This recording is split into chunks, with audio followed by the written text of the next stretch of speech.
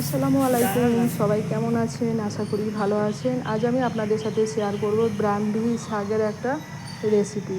তো এই ব্রাহ্মী শাক দেখে নিন, ঠিক এইরকম দেখতে। তো এই শাক আমরা কম বেশি অনেকেই চিনি, আবার অনেকেই চিনি না।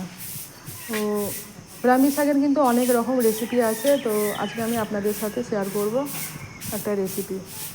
তো এরই মধ্যে আমার ছোট্ট বাগানটা আপনাদের সাথে একটু শেয়ার করছি। তো এখানে বেশ অনেক রকমেরই গাছ লাগানো আছে, আর এরই মধ্যে কিন্তু একটা লঙ্কা গাছ আছে। দেখুন লঙ্কা গাছে কত পরিমাণ লঙ্কা হয়েছে, আর লঙ্কাগুলো কিন্তু পেকে টুকটুকে লাল হয়ে গেছে। আর এই গাছটা কিন্তু 12 মাস একই রকমভাবে লঙ্কা ধরে। তো যাই হোক, এখানে আমি আমার পরিমাণ মতো শাক নিয়ে নিয়েছি।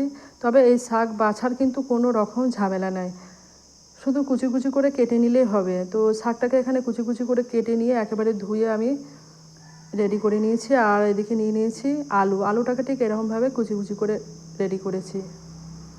আসুন রেসিপিটা শুরু করা যাক। গ্যাস ওভেনের মধ্যে ফ্রাই প্যান বসিয়ে এর মধ্যে আমি দিয়ে দিলাম পরিমাণ মতো তেল। তারপরে তেলটাকে হালকা গরম করে নিয়ে এর মধ্যে আমি দিয়ে দিচ্ছি কুচানো পেঁয়াজ। তারপরে পেঁয়াজটাকে একটু নাড়াচাড়া করে নেব। পেঁয়াজটাকে নাড়াচাড়া করে নেওয়ার পরে এর মধ্যে দিয়ে দেব একটা শুকনো লঙ্কা কুচি কুচি করে দিয়ে দিয়েছি। তো আজকের ভিডিওটা আপনার স্কিপ না করে সম্পূর্ণ দেখতে থাকুন। আর ভিডিওটা সম্পূর্ণ দেখার পরে অবশ্যই কমেন্ট করে জানাবেন ভিডিওটা আপনাদের কেমন লাগলো।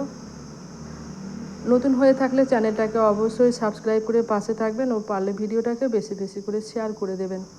তো এখানে লঙ্কা ও পেঁয়াজটাকে হালকা বাদামি কালার করে নিয়ে এর মধ্যে আমি দিয়ে দিলাম কেটে ধুয়ে রাখা কুচানো আলুটা। তারপরে আলুটা দিয়ে একটু ভালো করে নাড়াচাড়া করে নিয়ে আবারও এর মধ্যে দিয়ে দিচ্ছি কেটে রাখা শাকটা। তারপরে আলু ও শাকটাকে বেশ ভালো করে একটু নাড়াচাড়া করে নিচ্ছি। নাড়াচাড়া করে নেওয়ার পরে এর মধ্যে আমি দিয়ে দেব স্বাদ মতো লবণ। তারপরে এর মধ্যে একে একে সমস্ত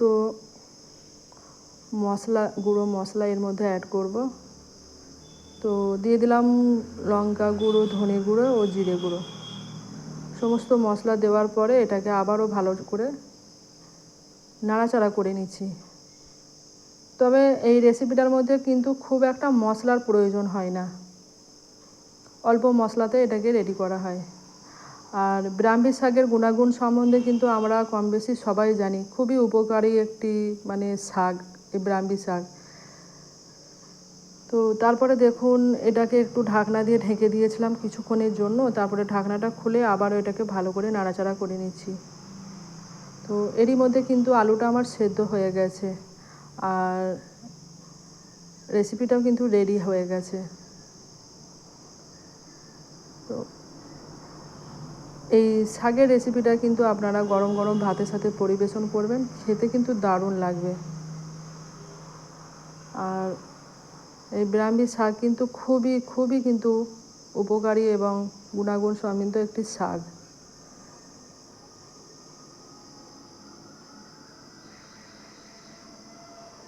ও আজকে আমার ভিডিওটা আপনাদের কেমন লাগলো জানাবেন।